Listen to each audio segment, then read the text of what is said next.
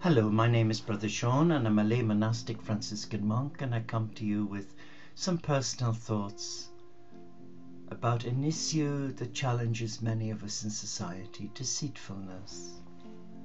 What is deceitfulness? And more importantly, deceitfulness disguised as helpfulness. Have you ever met an individual that you found out to be deceitful, but were so blown away by your commitment that they gave you the impression that they were being more helpful than most? Well, interesting, throughout my life, I've not met too many people who were really deceitful, because had I have done, I would have given them a wide berth. But I remember many years ago, as a young nursing monk in Northern Ireland, we had a nurse who was a beautiful looking girl, appeared very committed, but it turned out that she was deceitful to the core. And she disguised it so well, yes she did, as being utterly helpful and supportive, couldn't say a wrong word about anybody to their face. But you know what? Behind their back, she was deceitful.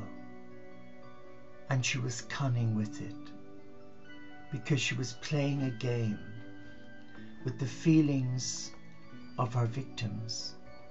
And it only came to light 2 or 3 years later, the impact of her charade. And she was the one that ended up overdosing, because when the truth came out, she couldn't face the consequences of her life of deceit, where she'd taken so many people in. Even some of the monks were fooled in their naivety, as I was. In my naivety, I was fooled. And yet I worked with this particular person, and so committed and dedicated. But have you ever heard the saying, too sweet to be wholesome? Well, I guess if I was to describe the person, it would be that. Too sweet to be wholesome. But I didn't recognize it at the time, because I was immature, I was inexperienced, I was just 4 years into my monastic life.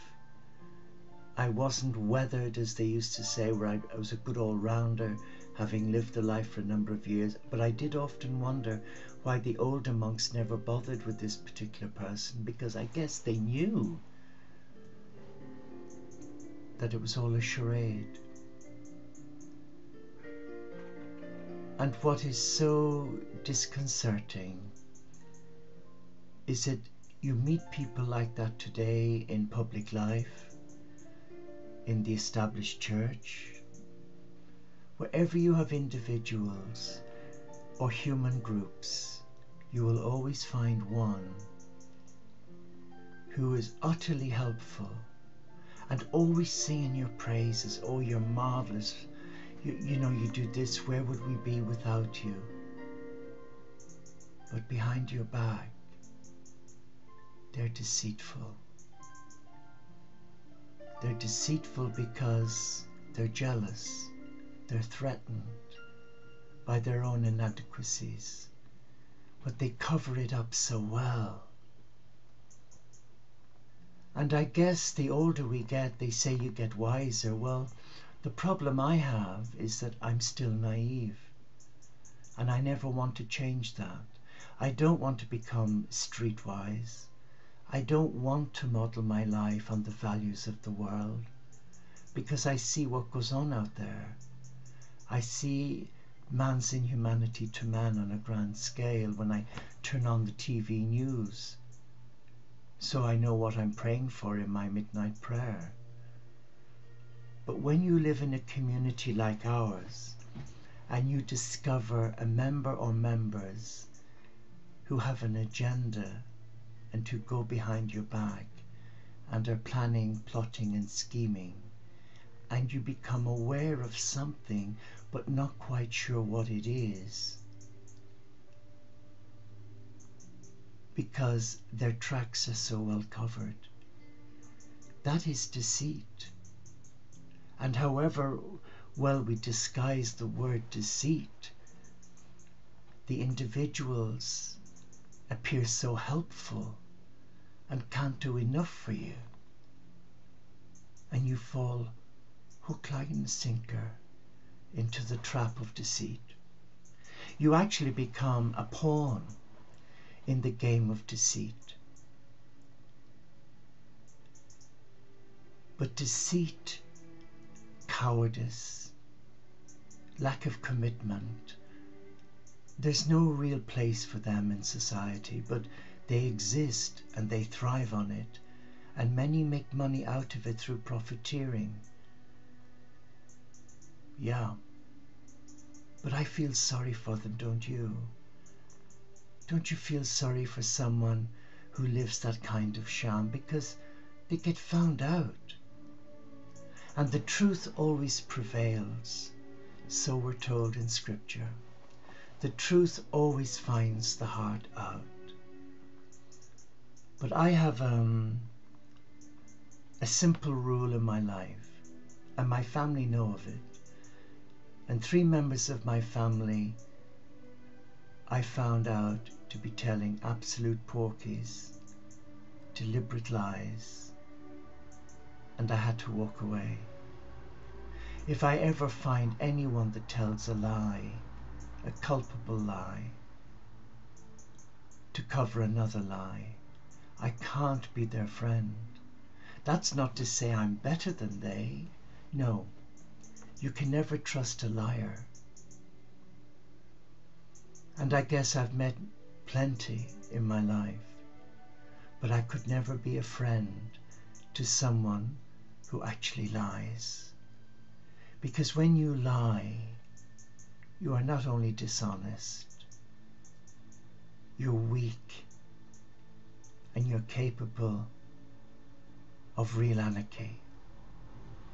And one can't have in a community a member who's that deceitful or cunning, or even cowardly. But thankfully in the established monastic communities, they still have the chapter of faults, where such signs are recognized and they're dealt with head on, because there's no means of escape. But in an online community like ours, where each individual lives the monastic life or pretends to live it from their home, you can't put a barring order on people regarding communication, Skyping, emailing or phoning, because you trust people. And society today, I think, has lost its way. Because when you see political leaders and leaders of religious families engaging in that sort of rhetoric and giving off an example that would discredit truth, then you ask yourself, no wonder the world is in a mess. But we can make a change. We can stand up to that by walking away, by not having a part of it. But often the individual who's deceitful, or their agenda is to be deceitful, are quite cunning and secretive. And their agenda is to deceive. It may be to discredit another, because they're an outright challenge to them, by calling them by name, not nice names behind their back to others. Human nature being what it is, people will resort to that. But I feel sorry for any person who cannot come to another in love and say, by the way, don't be offended, but I find that when you do such a thing, it really does this to my heart. But no, they butter you up. But you know, when I know someone's buttering me up, I know something's afoot. I know something is going to happen. And I thank God for the symbol that I wear around my neck. I call this a Teo symbol, but it's a symbol of protection. And it always tells me who's up to what, when and where. Because I'm given a message in my heart, I will douse it. and then I will ask specific questions. Is it this person or that person? Is this what's being said or not? And I will always get a truthful answer, and I will know long before they will ever presume I know. But if you're living the spiritual life and you come across an individual who behaves in such a way, my advice to you is this: be on your guard, protect yourself, and distance yourself in love.